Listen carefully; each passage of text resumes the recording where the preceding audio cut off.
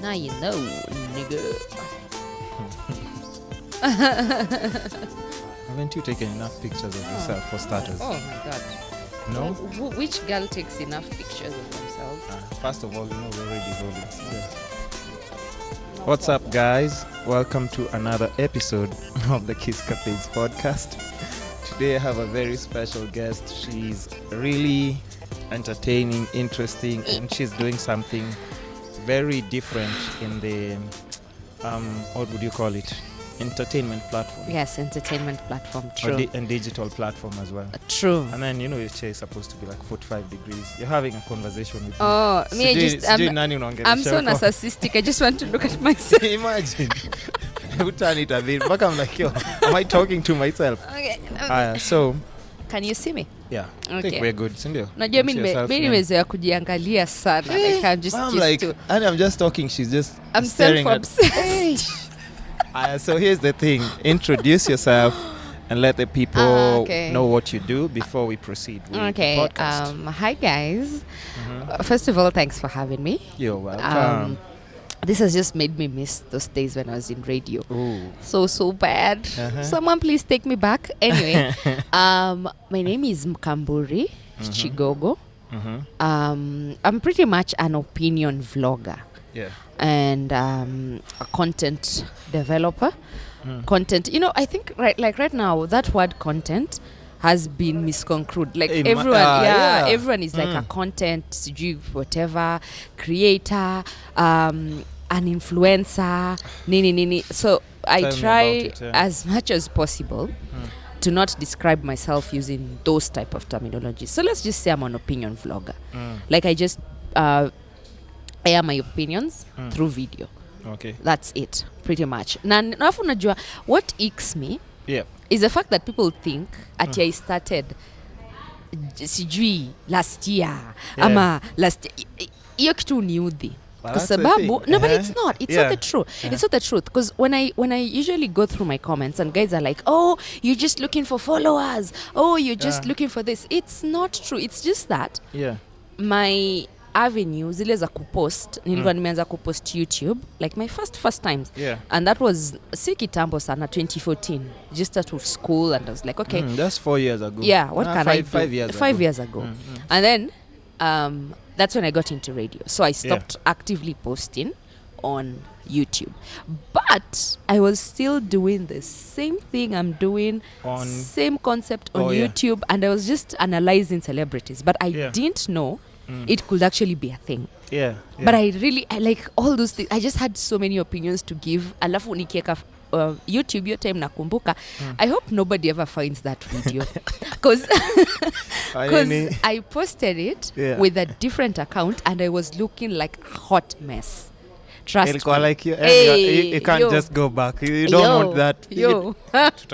Tutaipata. I hope mtu asiwaipata. I hope. Alafu nilikuwa I was so innocent like that type of innocent courage. It's like your first time just trying it. You're not sure. It seems like you're not even it was not a thing. It was just I have something to say about this particular topic and I did that and I posted it and that video by the kama ingekuwa ni kulipwa and I was consistent I think I would have made so much money off YouTube. It made it yes like within the first 10 minutes of posting already it had 20k views and that was 2014 na matukano let me tell you when then when you see a video ati imeenda hivyo watu wana watch it's either it's funny ama imeudhi mtu two things.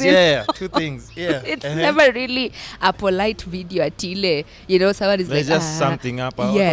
Watu wamejam. Ama watu wamefurahi ile excess like this is hilarious. So mimi zangu most of the time inakuwa side ingine. It's never really a tea. Watu wamefurahi. Watu wamejam na opinions. Watu wamejam. Yes, like oh, this chick who the hell does she think she is? I was bullied until nika lock comment section.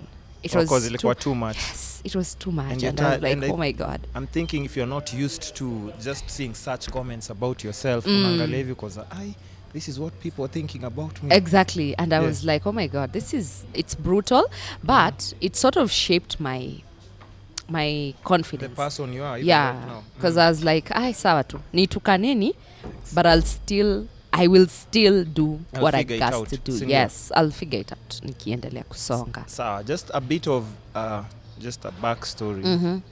Where did you grow up? Actually, I was born, bred, raised in Nairobi, Kenya. Aye. Yes, Not Kenyatta, Coast. Kenyatta National Hospital. Coast. Not Coast.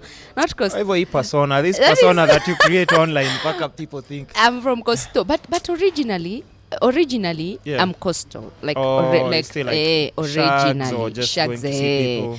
Mini mpwani, but then sawa. the upbringing, the Everything. school nini, Yeah. kila kitu ilikuwa hapa until nikaenda kampo UG. Mhm. But that's the only time I think I left the country. Everything was in Nairobi, yani inside out Nairobi. But nikiambia watu ufikiria sijui nilizaliwa wapi.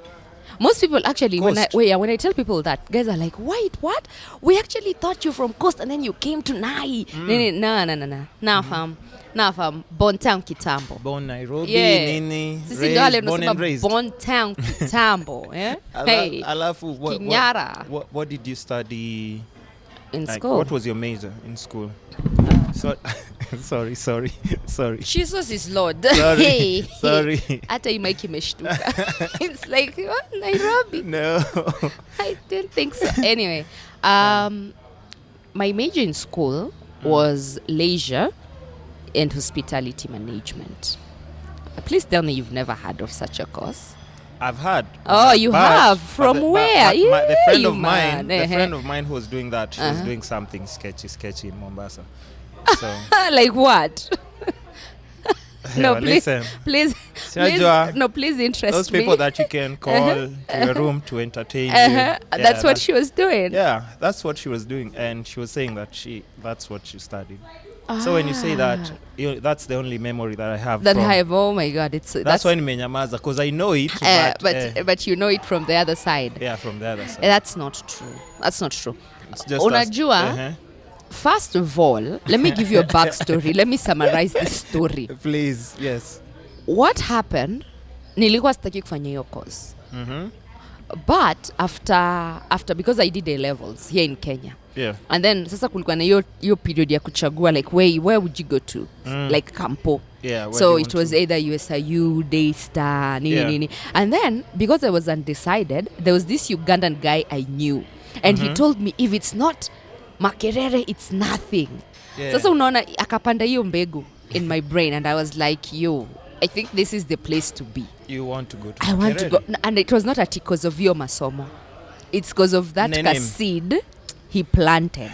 That's crazy. Yes, and I was undecided back then. I was like, okay, whatever happens to me happens. So vile nikaenda, we were choosing because I did everything. Nilijifanya kila kitu. Mimi si wale ati mzazi ako hapo anasema sijifanya. My dad was like, I told my dad mimi ndaenda Uganda and he was like, okay, polite. What do you need? Yes, ndo hii shika enda. Bye. Nikafika and I wrote down everything. So that course seemed easy. I was like, leisure and hospital. How hard can this thing be surely? And I didn't want to do anything that had math. Anything mathematical, akili yangu tu haishiki hizo vitu.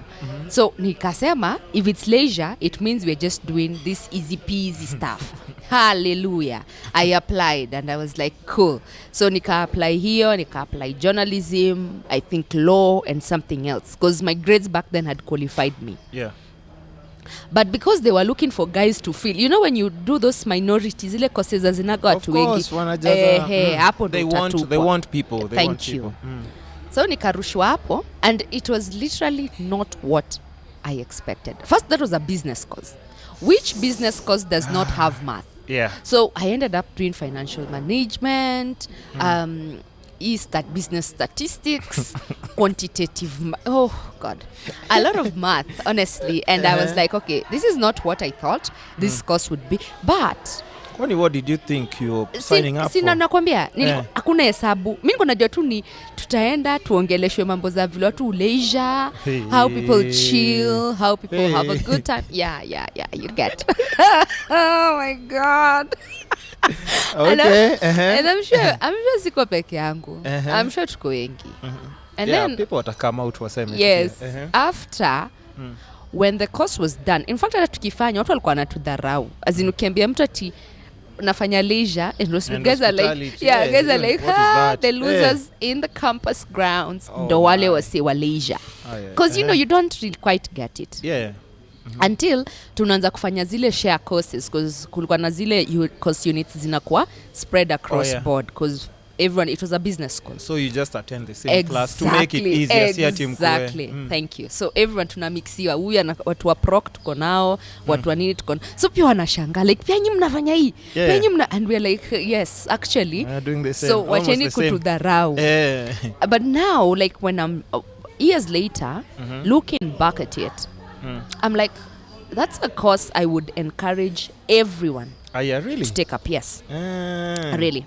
Because unajua back then I think people don't quite get it. But mali tunaenda sahi, it's all about consultancy, personal branding. Yes. And unaona ukiangalia hata vitu kama let's say club ka Big Club. When Big Club started, it had such fresh concepts that were rare in this country. Like sijui wanaleta artists, wanafanya sijui mapool party, exactly na champagne. Bas. Yes. It's things like those that right now are bringing money to this economy. True. And back then unajua sisi tukifanya hiyo course tulikuwa tunafiri tu ni mambo sijui za kwenda kufuta, it's more of hotel stuff. And then when tukamaliza na lecturer wetu mwingine alituambia that just don't be confined to thinking your degree is just suited to work in a hotel setting. You can so do many other so ways. many things with this degree. And right now I'm like, thank God I did it.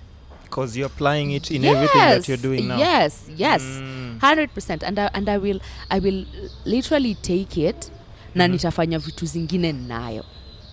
Like if I want to do mainstream consultancy, I will that degree will help. You can still do it. I can perfectly, still perfectly. Bila jasho bila nini. And even when I'm because sahi I'm working on my masters. It's strategic. Doing your masters? Yes. Wow. Yes. Honey, mi hata ni wale all the women who are coming to this nini by the kila siku tu nikoza okay. Please, masters hata si kitu. Kuna watu sahi like by the time someone hits 30, they've already done their PhD. Okay. Yeah, so I think sahi mali tuko ukiambia mtu atu umefanya masters, it's not an issue. In fact kama hujafanya, that's when it's like what are you still waiting for? Like get off your back. No, seriously. Sasa nini? Yani mpaka nakuuliza nikisema what are you trying to say hapa? What are you trying to say? Be challenged. Be motivated. No, but I get what you're saying. But what after immediately to just let's say after your graduation and everything, what's like maybe the first job that you got? My first. And was it like in line to what you were studied? Actually it was. My first job was still in UG. A friend of mine called me and she was like, I got this job, Nini. So because actually at that time things were not working out for me here in Kenya, because I was going through some very bad breakup. Let's talk about it. Let's talk about the breakup. It was really bad. Umse tulikuwa na date naye kampo aliniachanisha. Watu wachwa kila siku kwani? No, that was serious. Hey, my friend. My friend kama yeye ndo alikuwa na imagine anakuamsha. Wacha nikuambie. And this should legit go out to all those chicks who are probably watching this. I swear, never put your life on hold. If you're in Campo right now, as in just do you. Seize. Hii mambo ya kuwa sijui girlfriend, sijui kuwa wife, sijui kuwa. Hizo ni ujinga. Those things will come. Right now, wewe, as in socialize, club, soma, be responsible. Experience life. Network. Like I wish someone would network have told me. Network was so important by the way. Imagine, but missy because I was just focused on this guy. It was me and the guy and like so two like of my other friends. People, like yes, they were irrelevant. Like I'm happy in my little cocoon with my boyfriend. Oh my god, I wasted my time. I legit wasted my time. And first year, first semester, nearly fail. Your relationship? Because as you know, mimi nimetosheka. What was he giving you? Nothing. He was not giving. It's just it's always those guys who like have nothing to offer. Nothing. Yeah. He was by there alikuwa mjanja because he had a life of his own. He had a clique of his own. He had friends hobbies. of his own. Hobbies. Lakini wewe umemkwamia hivi. Mimi ni wale lecture ilikuwa inaisha nafikiri naenda kupika nini? Kumpikia. Zinaenda kupika nini? Hata sikumpikia but tunapika tunakula. But primarily it was subconsciously trying to impress him. And that was a lesson that I learned the hard way. You were raised in Nairobi? Yeah, yes. Now usifikiri ati ni mimi peke yangu. Acha nikwambie. Those are things that people do. My hair is getting in my eyes. Things that people do. Your hair looks nice, by the way. Thank you. But ni misplaced priorities. True. So after him say ameniacha, he left me literally for another chick. And you're doing everything? And I was everything and above and beyond. Yep. But singemlazimisha. Afu mimi nilikuwa najua like immediately after school we're probably getting married.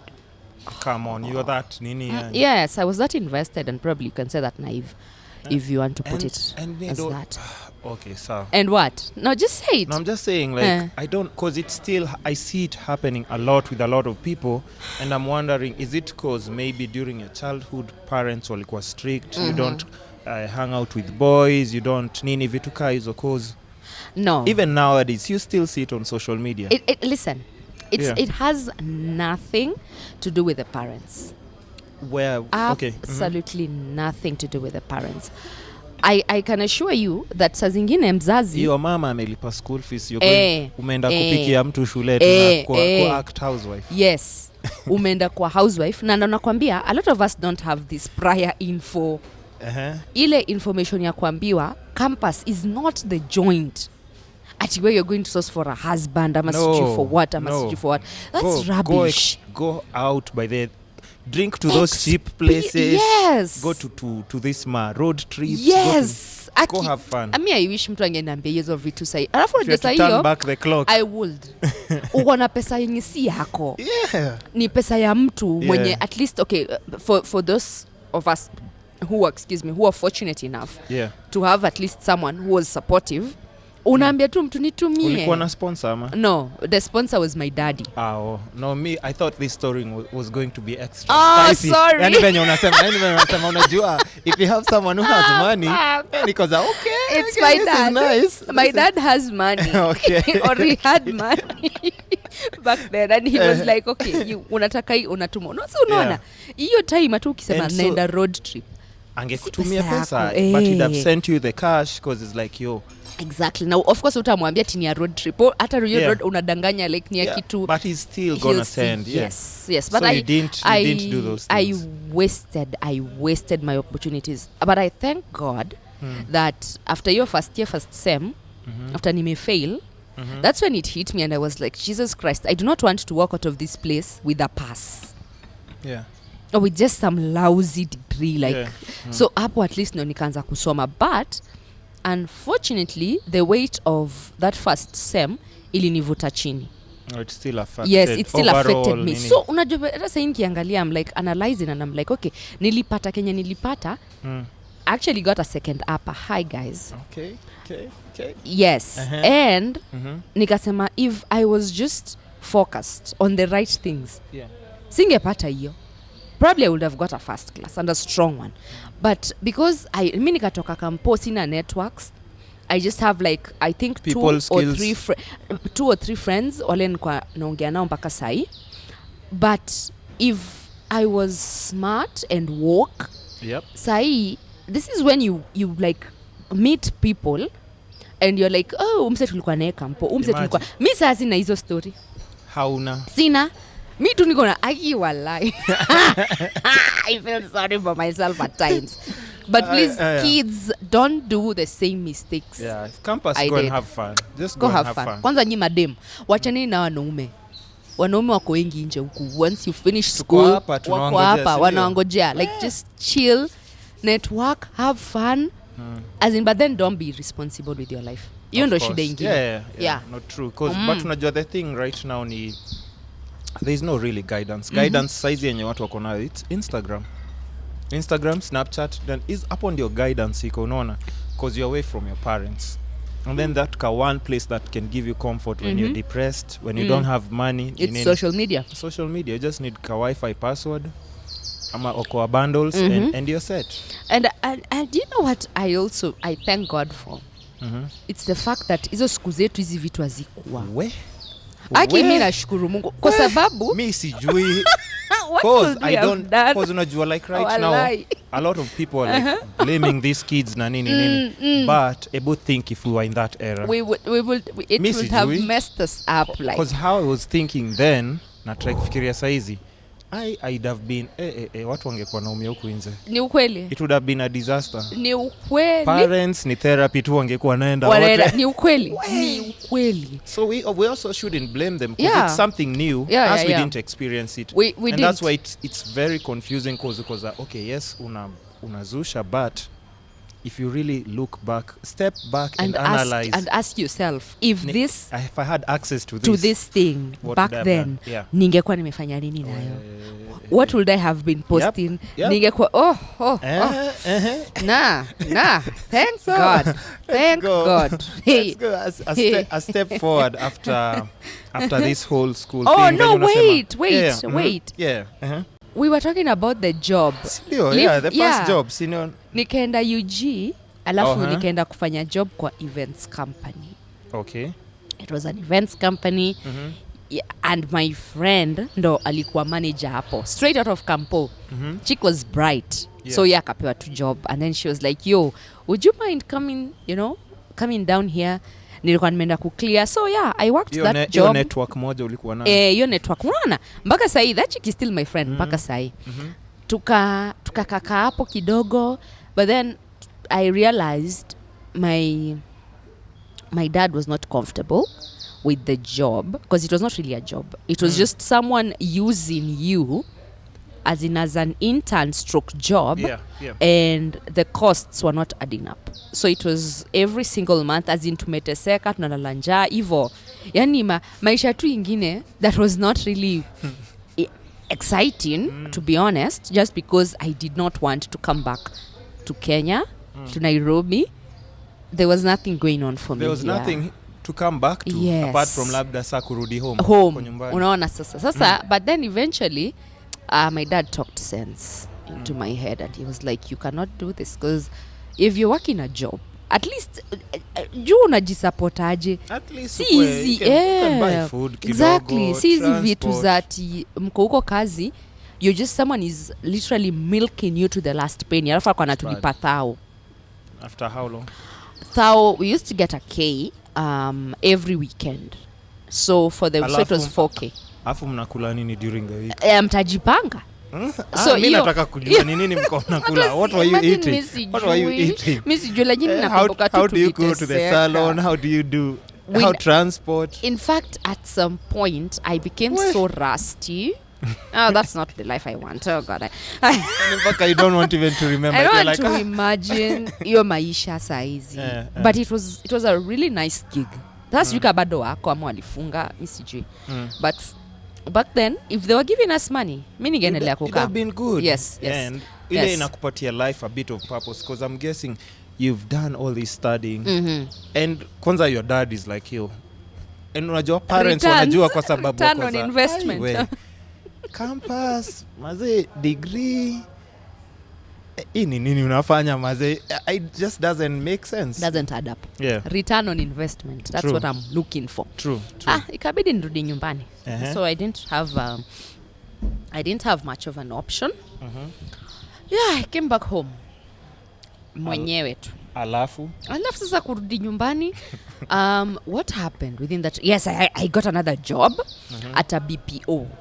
BPO ni easy business processing business process outsourcing. It means hizi kazi yote unafanya online. Hizo za kutranscribe, sijui za kuandika articles, that stuff. And then at the same time I also got another opportunity with XYZ. Yes, on contractual basis. So I was working both. It was like and at least you're making something. Yes, at least I was making something. Kwanza XYZ walikuwa nalipana. It was not at the best. It was si ati pesa nono, lakini kufikiria sahi I'm like, yo, that money would have done something, because walikuwa nalipana according to your words. So if you have to 70 words, unalipwa 4,000. You have 70 to 140, inapanda inakuwa 8,000.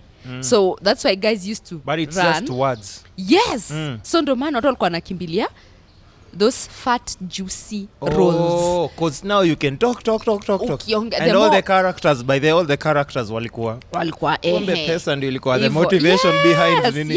Yes, walikuwa nalipana vizuri. And then plus, there's so much we did with XYZ yenye kanisaidia. And nilipata your job because they were looking for someone who can do a South African accent. You can do it. I can do so many accents. How? You just I think I'm gifted differently. Mimi na wale watu wote ukiingia tunaweza fanya. I will do a South African accent. Okay guys, so we're just sitting here with the Kiss Bandit. You know what? Thank you so much for having me. I'm really elated. I didn't even know this. You see? You didn't even know I could actually speak like this. So this is news. That's interesting. Because then venye una switch kwanza, just the way you're switching with that on button, it's like what can cause that? Okay, no, but that's talent for sure. Thank you. That's Thank pure you. talent. Yeah. It's pure crazy. talent. It's That's talent, crazy. and people do not appreciate it. No, that's actually very. People don't really appreciate it out but here. then again, you see, the thing is when you're doing such jobos and you're behind the scenes, people don't know your face, and it's the best. It's the I swear to me. Yeah. Job ka hizo kwanza ndo mimi zinanifurahisha. Because you do all the needs and you do everything, and then when alafu kulikuwa na non-disclosure agreement, you just can't walk around telling people, by the way, I voice for Dandy. You can't do that. You can't. Or I voice mimi ndo sauti ya Kalonzo, like it's you. someone it was someone else, but ungeenda tu ukiambia watu ati ngenge ni mimi cheza chini. So nikafanya hiyo kazi, alafu ile contract ikaisha. I think they were being absorbed by Buni TV. Yeah. So Buni TV took over, and then your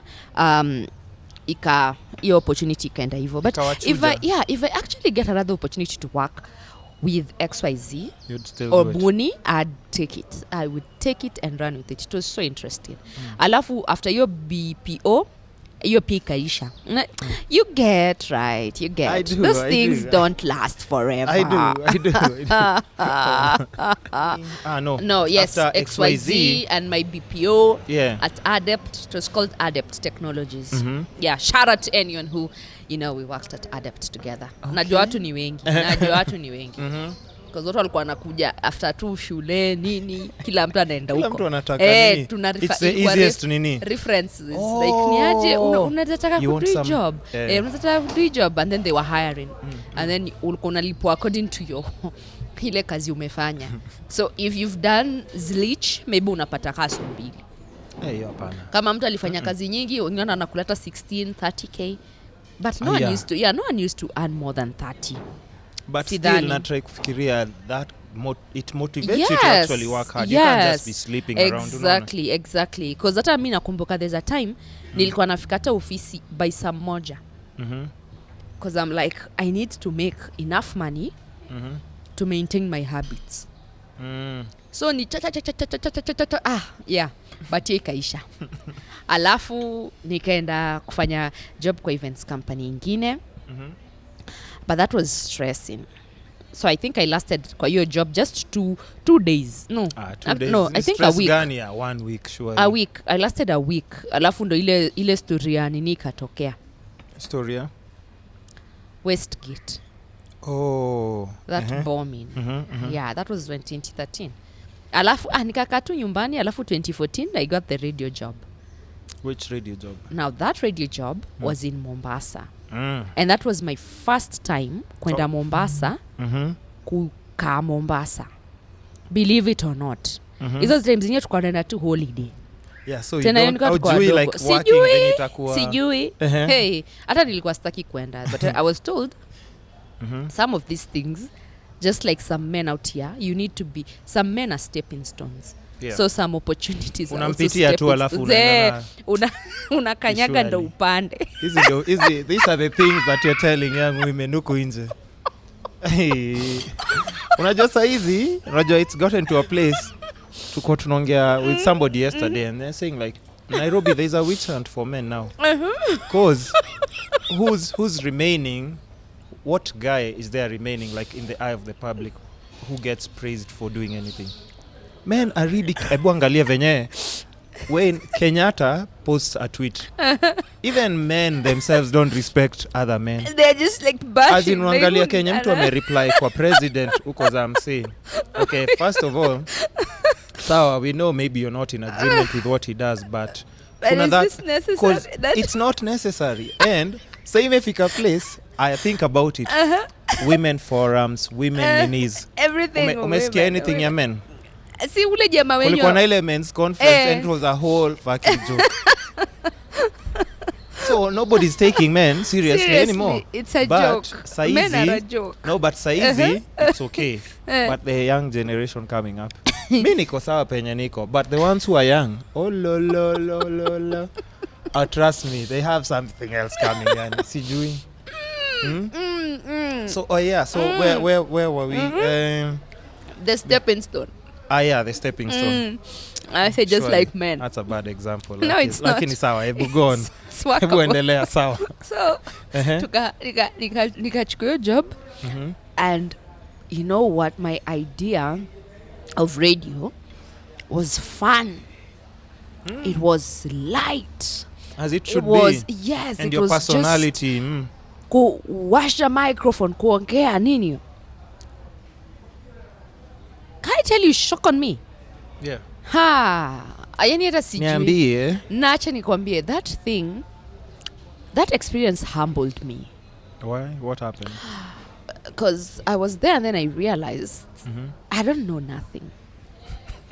You know when you like on the outside and you're like, I can do, like neza fanya hii kitu. In fact, mimi saizi at this particular point, I never ever look at anyone, hata mtu mwenye anafanya the minutest of things or the biggest things ever and say I can do that, you know. Never. How you putting someone else down, like who them is as a presenter. Exactly. Mimi naweza fanya job poa kumliko. I never do that because of that experience. Nakwambia ilinishukisha. Because first of all, I'm in foreign territory. Okay, so I'm coastal. But my upbringing is Nairobi. Unaona? Sasa kuna vitu, how you've been socialized, like let's say when you were in Netherlands, your socialization is different from mtu mwenye socialization yake ni Nakuru. True. So ukichukuliwa wewe mtu maybe ulilelewa majuu ama ulilelewa let's say wa Pikisi. And then mtu mwenye amelelewa Kwale for lack of a better example. Exactly. Sikia hii. Wewe umelelewa Kisii, ule amelelewa Kwale. And then wewe wa Kisii unatolewa Kisii, unaambiwa you have to go work in Kwale. Na ule wa Kwale anatolewa kuambiwa you have to go work in Kisii. You know, kutakuwa na ile kitu ya shock. Like culture shock. Yes. Culture shock. Because you're like, okay, we don't do this here. We don't do this here. First of all, shida yangu kubwa ilikuwa kuongea Kizungu. Nilikuwa naongea kwa sababu I was just fresh out of Uganda. Mpaka hata nilikuwa na kale ka accent ka UG. Mpaka hata saizi there's stuff I usually say. Mpaka watu you're like anaongeaje hivi. Then Kizungu mingi and then like kupanga show. And one thing that people should totally get off their heads is the fact that people assume at radio is just washa mic, ongea, zima mic. Do you know that's why we have a lot of crap content on our radio stations today? Because you listen to someone, na pia mimi nilikuwa na hiyo shida. Ilikuwa ile No one has taught me anything. I was just picked and told, okay, now you're going on air today. Yeah, you'll figure it out. Utajua tu, so unajua kuongea. Ongea. Yes. Ongea tu. Aha, ati mic ikiwashwa anzeni tuku And that's why most of the time hata nikisikiza radio saizi, I can tell you someone who has prepped for whatever they're talking about, and I can tell you someone who has not prepped. Someone who has prepped, you can tell from the way your link inakuwa assassinated. Like how they intro, how they outro, how the convo. Mtu mwenye haja prep, you'll just notice like it's like sasa talking about the same thing but you're going in circles and then you spend because you're talking about this, you just talk about like nipatie clue, who are we talking about? No, I cannot give you a clue because I don't I really ama unatafuta job huko saizi una apply and then una apply jobs hapo sketi. You remember on this day on this podcast you said we are not vibaya. No, but it's true if you think about it now, and there's somebody who was mentioning it. There are some places where they're just picking people. And at times need just to do with maybe you have big social media numbers. Yeah. It's true. Here's a radio show for you. True. Here's a radio show for you. But if you do like a bit of research out here and you ask, and even if you try and listen to them, because okay, sawa, yes, you have a nice voice, but what though are you talking about? Yeah, I'd prefer maybe when you get to the music, that's the part I enjoy. Or when you're welcoming somebody who's interesting and then they start talking. I prefer them more than you, the presenter. The actual presenter who's supposed to be like the main person, like, unajua, hii ni show yako. And where, by the way, let me ask you something. Where's this rubbish of ati I'm picking you to be a radio broadcaster just because ati uko na following social media? Uko na Instagram. Si viewers wangu watakam kusikia. People come to listen to the show. Oh my God, I think that's just nonsense. Oh my God. For real. That's nonsense. And that type of nonsense is what I love calling serious nonsense. It needs to stop. Because, we are cheapening some of these things. We are cheapening these things. In my third podcast, and I've shot like 32. I said, sorry to interrupt you. It's okay, no problem. My chain of thought just disappears. No problem. We're having a convo. We're saying, imefika place, journalism can be considered the lowest hanging fruit. It's true. Yep. Because right now, it's like this thing, there's no honor among thieves. Now there's no honor in journalism anymore, because it's like I've set up my station. I'm doing my thing on social media, and as long as I am in the right crowd and the right people notice what I'm doing, I immediately get a job. Alafu ukisikiliza, like the people who really know what they're doing, awapewi opportunity. And that's true and unfortunate. It's unfortunate and it's sad. It's sad for real. Why aren't you working in top radio station? I don't know. I think they're sleeping. But I'm just saying because it's crazy. Even why I reached out to you. Because your video will pop up on nini. Because sikuwa na kufollow, unaona. But at times, venye tu nilianza podcast, I was like, okay, because I'm just thinking I should look for interesting people. Call them in this platform and just have a conversation with them. So one of your videos will pop kwa like homepage. So nikaona ya kwanza nikoza okay, who is this? What the fuck is this guy? Who is this? So unajua venye you're very animated, the way your storytelling iko, Jesus. Like, I'm a good storyteller. You may I tell story proper. You do it proper. I give story belle. And even how you chop like your videos and everything, you put everything together. So many nilikuwa naangalia nasema, wow, this is something close to even like if you watch TMZ like abroad nini.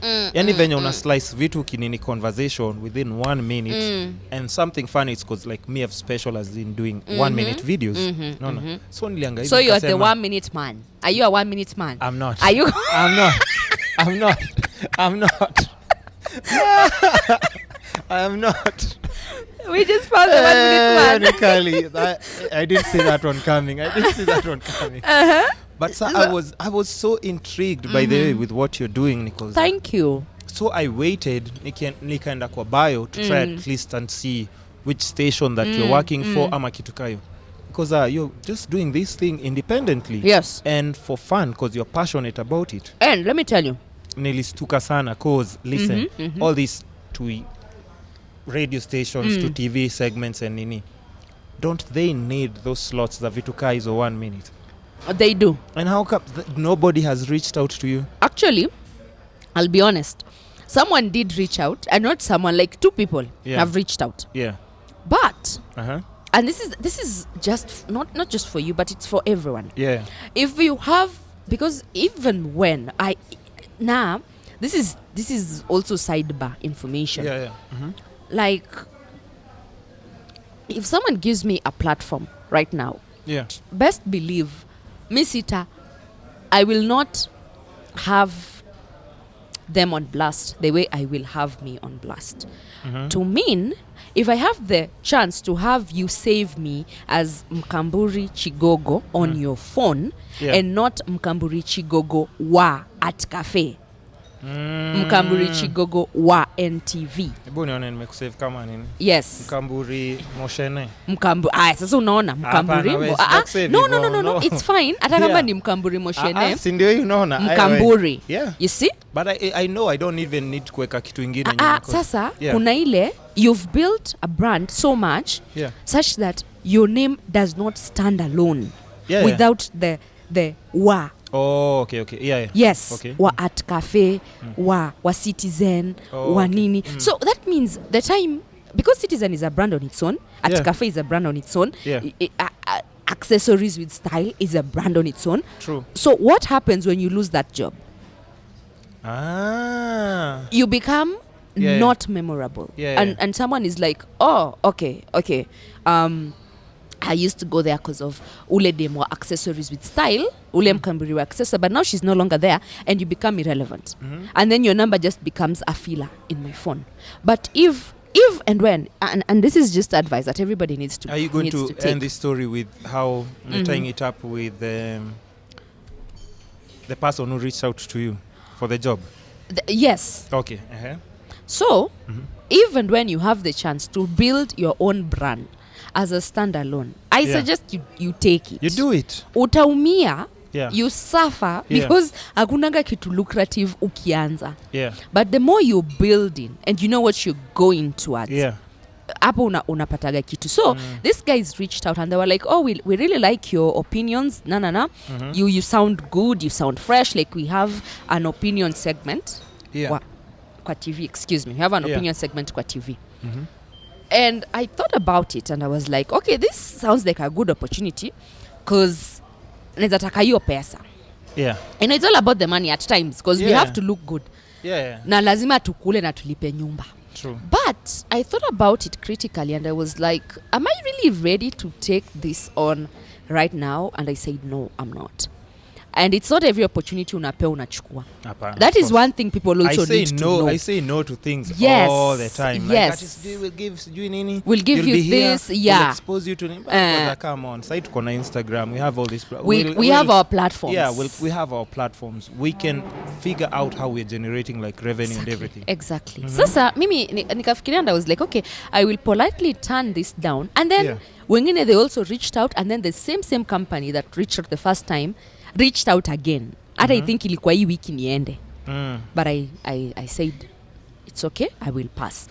And the fact that we're saying that we are doing these things for fun, nothing is done for fun.